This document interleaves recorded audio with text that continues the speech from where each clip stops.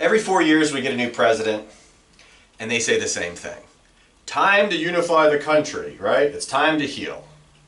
And it never happens, okay? There's a reason for that. We got two sides firmly entrenched against each other, arguing with each other, insisting that the other side agree. I don't know how we're going to unify on some of these issues. It's going to be impossible to unify on something like pro-life, pro-choice stuff, right? You can't unify on that. The only way, by definition, is to force the other side to agree with you. When they say unify, that's what they're talking about. It's our turn to force the other side to agree with us. This happens every 4 years. It'll happen again in 4 years, just watch. Or 8, or however that goes. And we're not going to be able to unify in the physical world physically. That's not going to work, because people have legitimate differences of opinions on how we should do things. Very good people. I know many very good people who are legitimately disagreeing about how to do things, and they're both sincere, okay? Maybe some are right, some are wrong, whatever, but we're not going to get people to agree. And the way we approach unifying is always, a noble idea, but it's not going to happen politically. Because by definition, it's forcing other people to agree with our point of view. So what we're going to talk about is how we could actually unify and heal. How are we going to heal the country? By looking at it a little bit differently.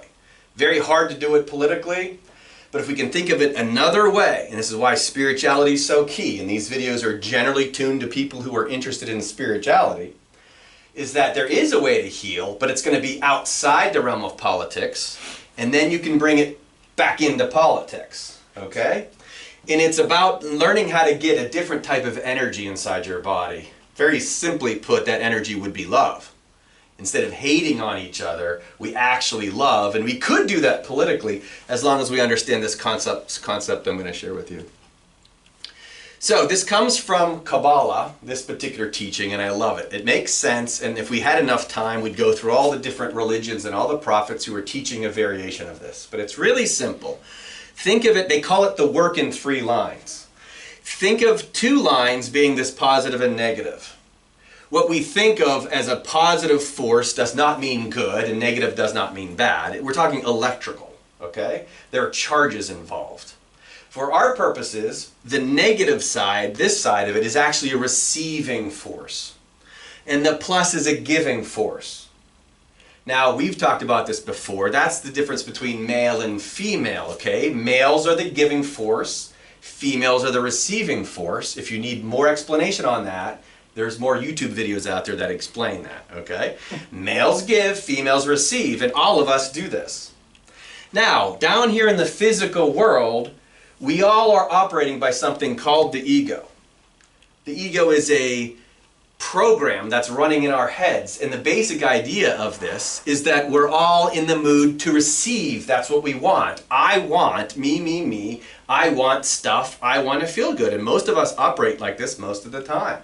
Heck, this is most of what politics is about too, giving people stuff, right? I want respect, and I want love, and I want gratitude, and I want money, and any number of things.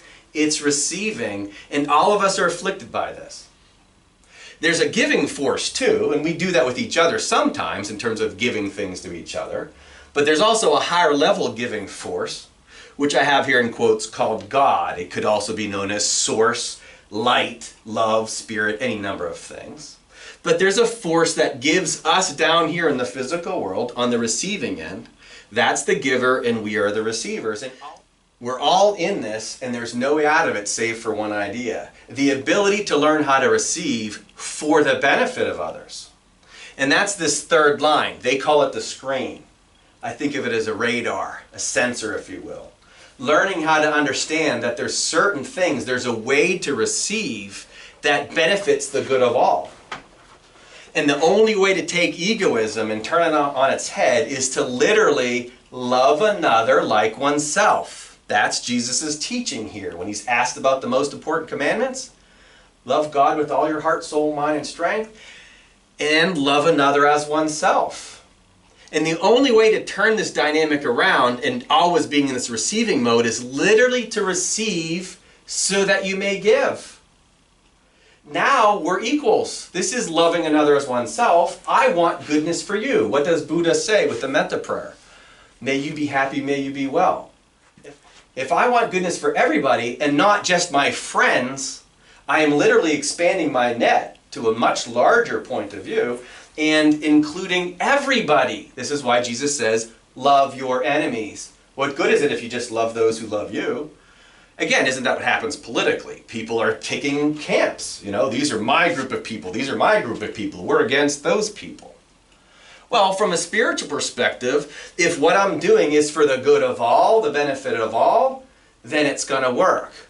And that is this line here. It inverts the intention. It takes the intention into something else. Now it's just not receiving for me, because you're going to want to do that forever. You still want to be peaceful yourself. But you also want to be peaceful for others. Now here's the challenge. It's not talking about money. It might. Money's involved. So's food and shelter and stuff. This is where religions always fall into the trap of making things physical. I told you, we're talking about spirituality here. This isn't just about physical stuff. This is actually about something much higher.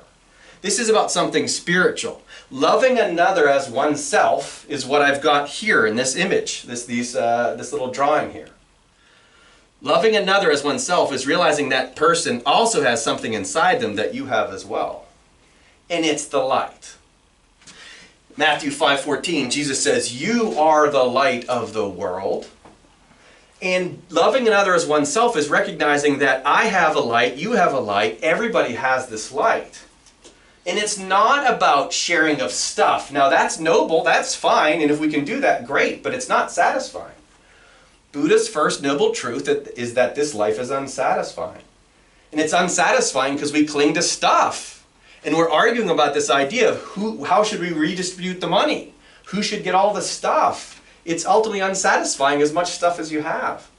The truth is each one of us has this light inside of ourselves. Kabbalah, it's called Israel, or the point. It's a connection to God that we all have. Buddha, when he was awakened, said, we're all Buddha. All of us can do this.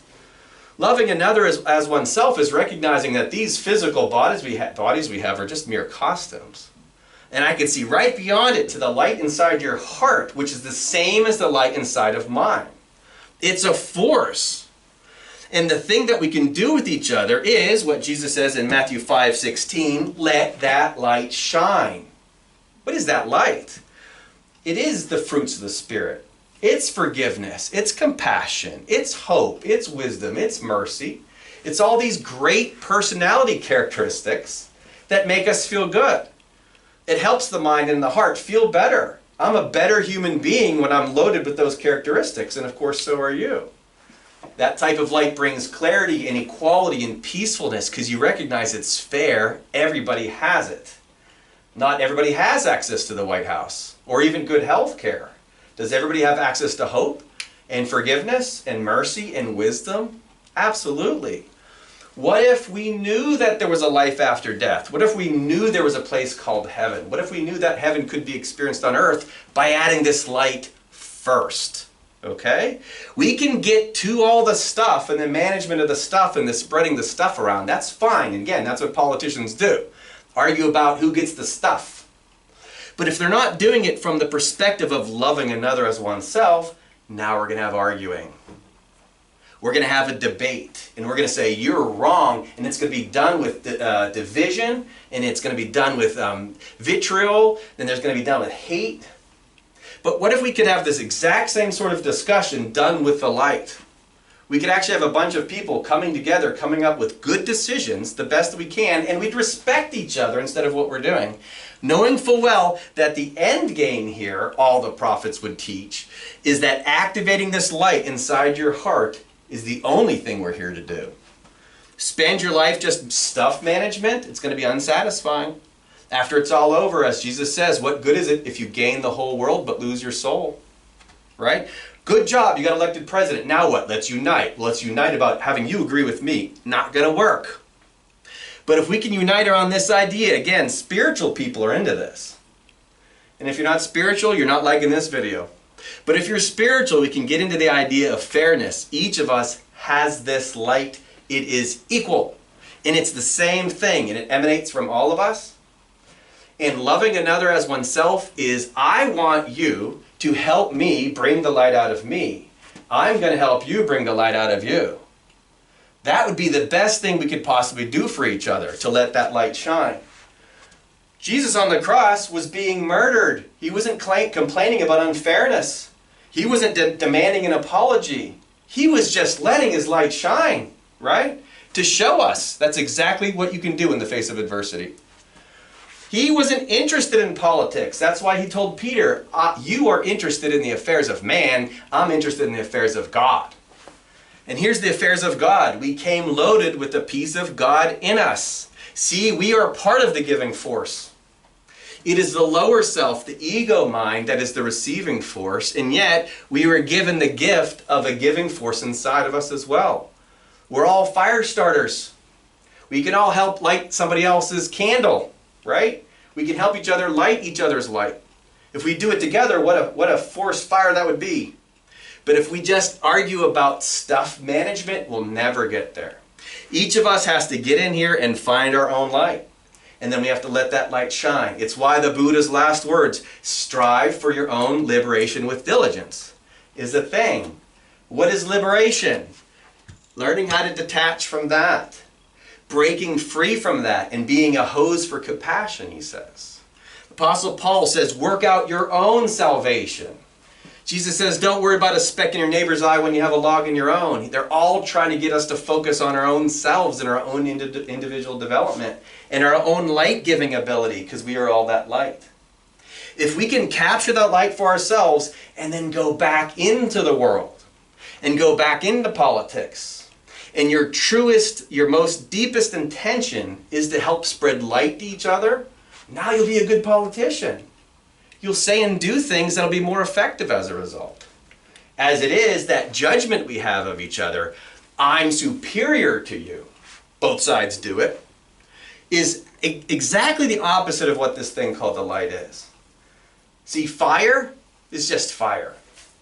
It lights up things, and it can do some destruction, can also bring warmth, but this piece of fire is not different than this piece of fire. Fire is fire. Light is light, spirit is spirit, and all of us have that inside of ourselves. That's why we love another as oneself, because it is me. That peace that's in you that resembles me is the same thing.